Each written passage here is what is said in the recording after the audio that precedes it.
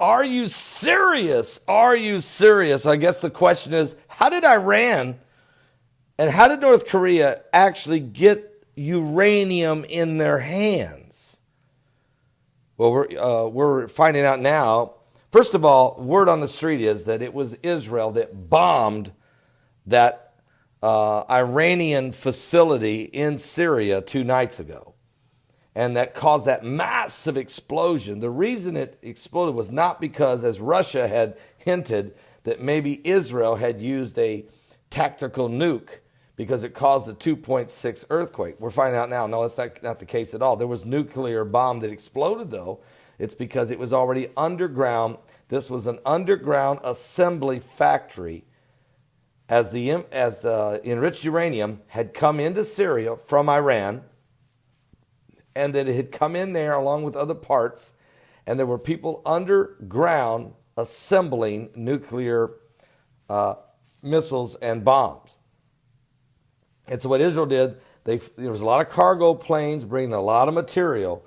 What Israel did is they flew in there and shot a bunker buster missile in there to blow the whole thing up, and that detonated that small tactical nuke. But that was enough to set off a 2.6 earthquake.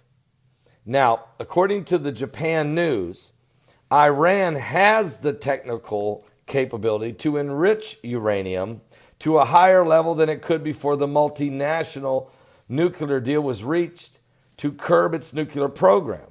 State TV has quoted the head of the Iran's Atomic Energy Organization.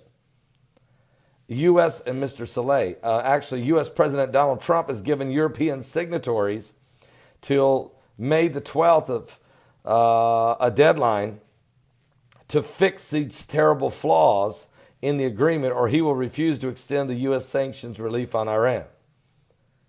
Now, according to Jerome Corsi, information is how did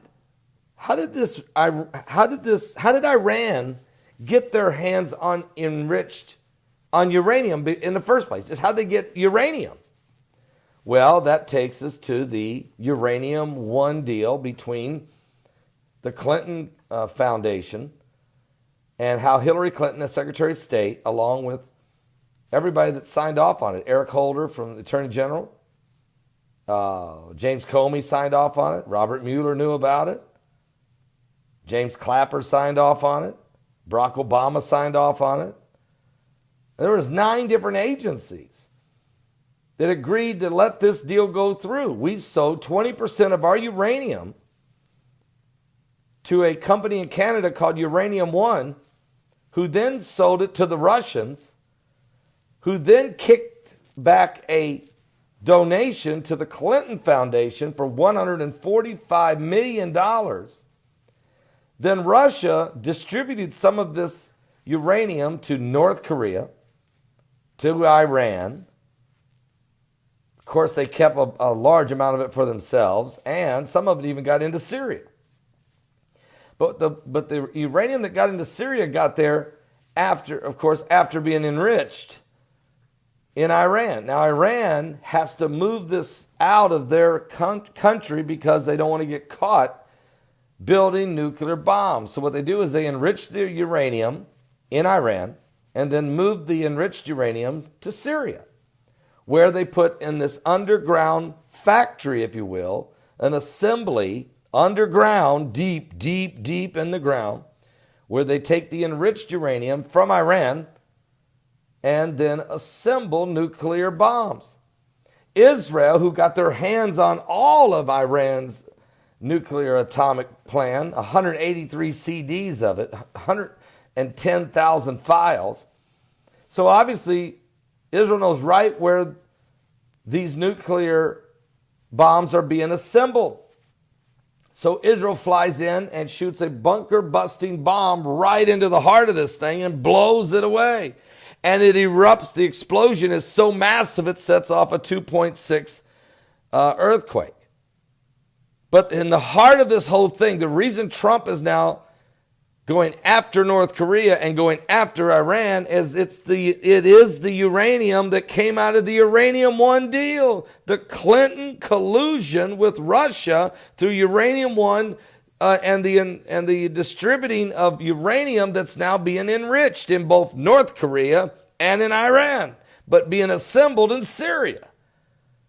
And now we know this is the fact. Jerome Corsi's already been talking about it.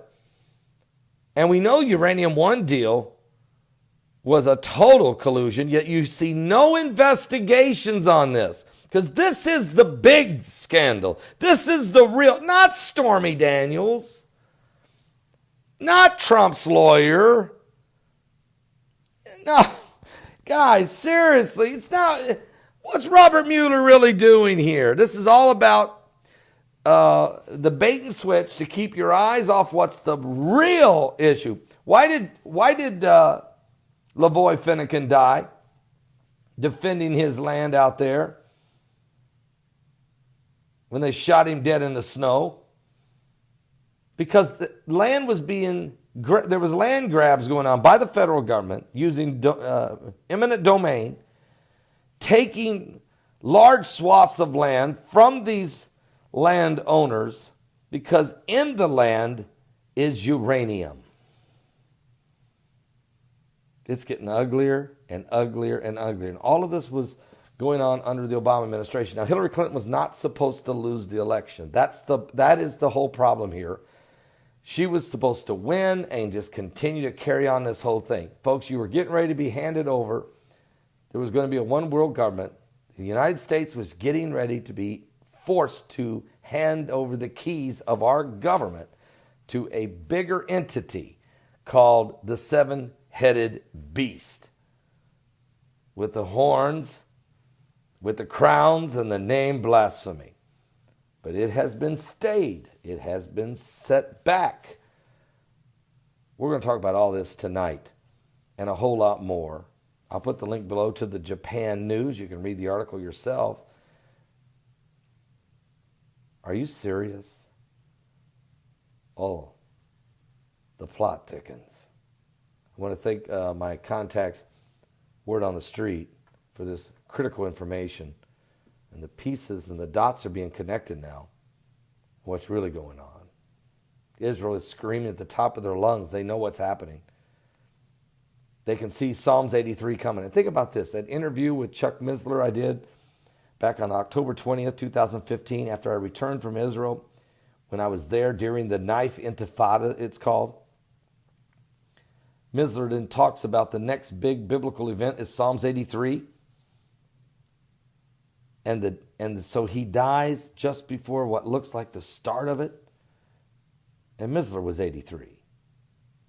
And he dies just as we're ready to start Psalms 83. Are you serious? May he rest in peace, and may we meet him again in glory. I'll be back with more in just a moment. 10 p.m. Eastern. Don't miss the broadcast.